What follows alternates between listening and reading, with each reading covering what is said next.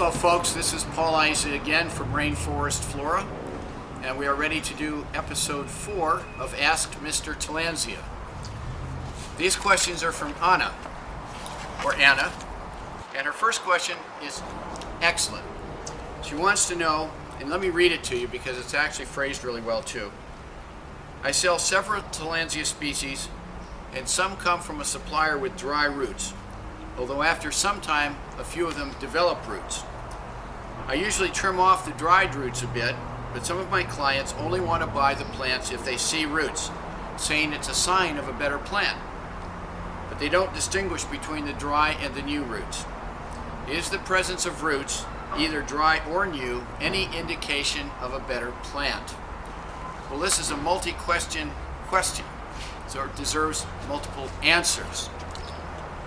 First of all, if a plant has roots on it, generally that's a better thing because the roots do absorb some nutrients, and if the roots are alive, if they have a yellow tip on them, that's the best of all.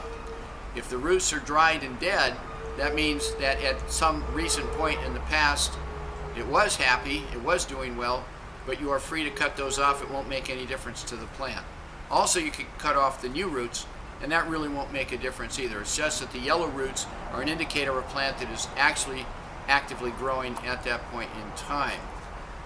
If the plant has no roots, and the bulk of the plants that are sold have no roots because they are imported from other countries, and they trim the roots off, and the difficult thing with that, it doesn't have to do necessarily with the health of the plant, although it can be an indication, because the plant goes through a lot of trauma, shall we say, getting collected and packed and shipped and inspected and unpacked and put out and reshipped and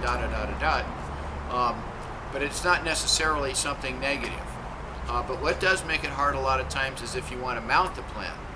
And that's why having a little bit of a root base is a very positive thing, because that stub of roots can go into the adhesive and hold the plant in place. Whereas if you don't have that, it makes it a more difficult task. Then you have to actually glue the leaves themselves, and the plants can detach from that. It's just a harder thing to do. But final answer is if they have roots, that's good. If they're alive in a yellow, that's the best. And now we're ready for question number 2. Since these are CAM plants, CAM stands for, it's an acronym, crassulacean acid metabolism.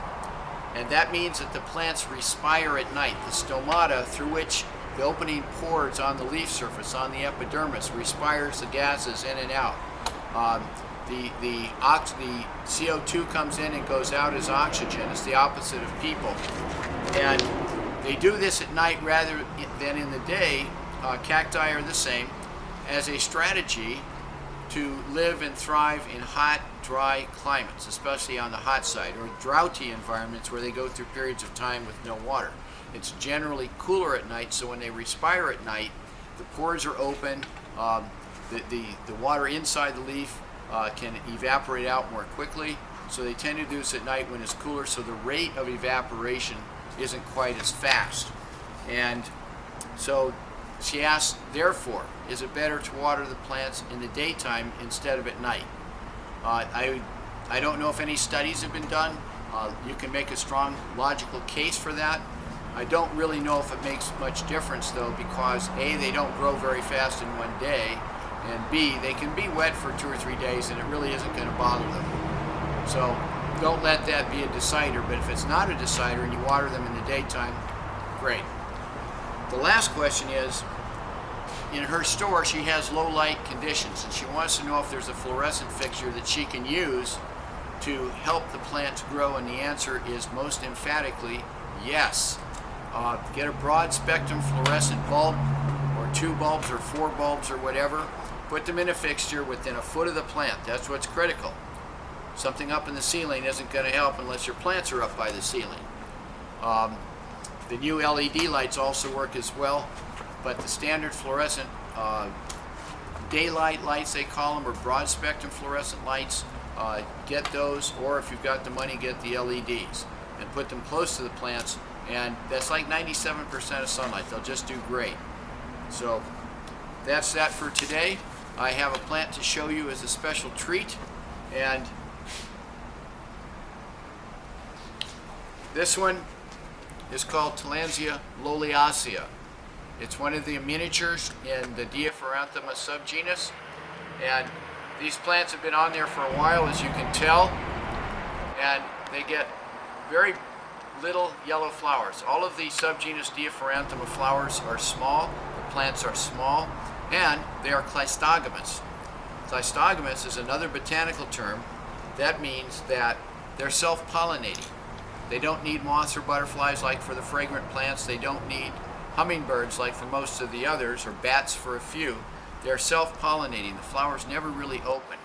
So what you lose is genetic variability, but what you gain is numbers. And in terms of numbers, the subgenus Diaphoranthema species are the most prolific and the most successful in the entire genus, because being small, they can grow anywhere. You know, you have the bigger species, they need to be in special conditions. They're like big elephants, but you get the little guys and they can pretty much grow anywhere, and they do. And so they're expanding quickly around Latin America, and this is just a particularly pretty grouping of Tillandsia loliacea. You could separate these carefully with a sharp knife, an X-Acto knife or something like that, and it won't be too much longer before this one fills in and you just have a solid growth of Tillandsia loliacea. So that's it for today, folks. Thank you very much. Again, visit our nursery, www.rainforestflora.com. Continue to send those questions in on Instagram and Facebook. Thank you very much.